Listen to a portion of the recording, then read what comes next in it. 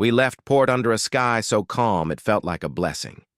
The sea was glass, the stars endless, and the men laughed at the thought of storms. That's always how it begins, isn't it? With a promise of safety.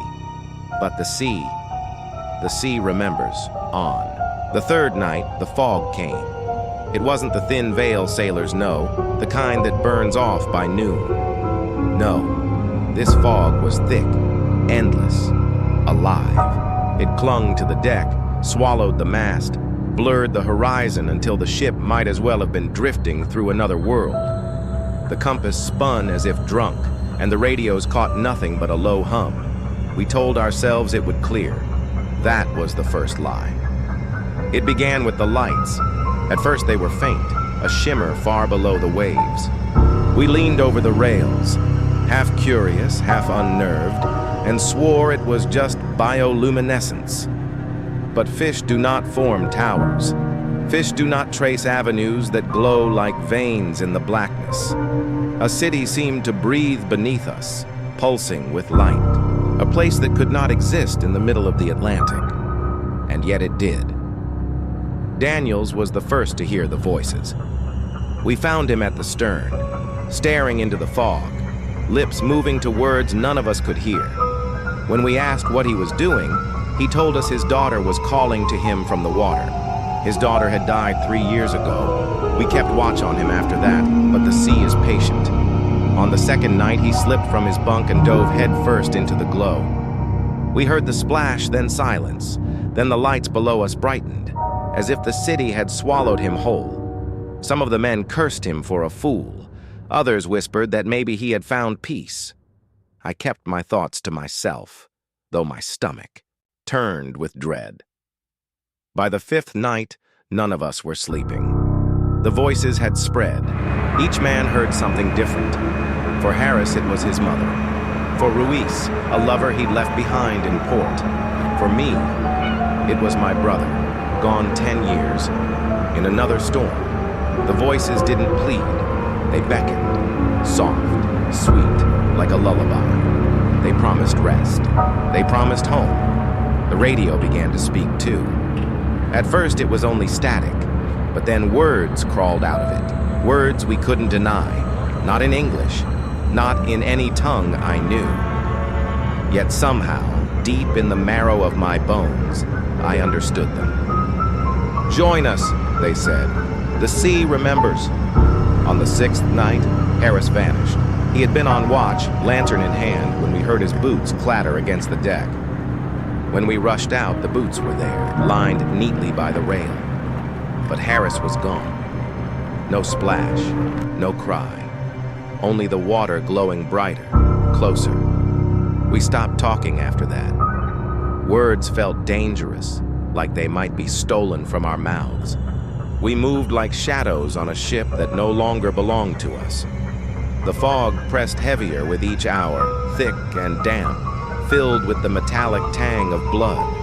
I could feel eyes in it, watching from just beyond sight. By the seventh night, the ship was too quiet. No snoring, no murmurs, no footsteps.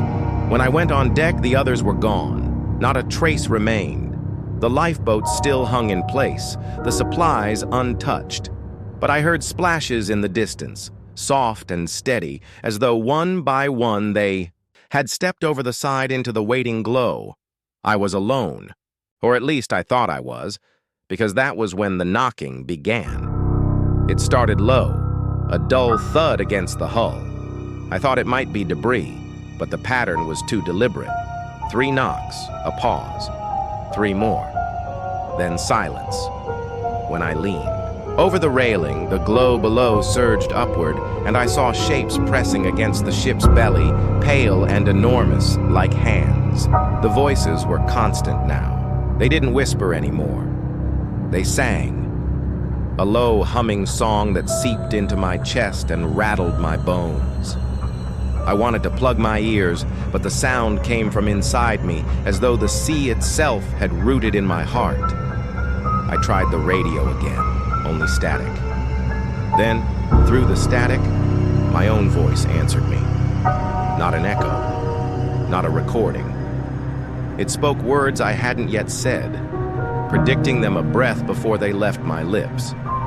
I tore the wires free, but the voice kept speaking from the dead box, mocking, repeating, inviting. That night I dreamed, or perhaps I didn't dream at all.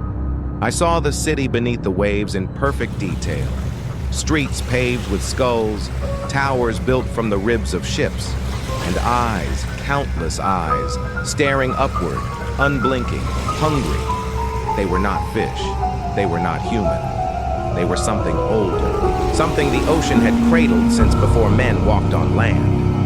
They wanted us, all of us. When I woke, the deck was wet, though no rain had fallen. The footprints that led across it were not human. Too long, too many toes. They circled the mast, then vanished over the side. I was not alone on that ship. Not anymore. The days blurred after that. Time meant nothing. The sun never rose.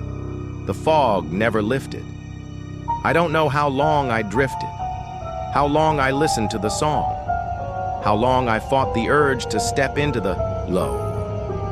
My rations spoiled overnight, the water turned brackish, but still I lived, as though the sea wanted me alive for now. Last night I saw them clearly, shapes rising just beneath the surface, faces pale as bone, eyes wide and glowing, hair drifting like seaweed.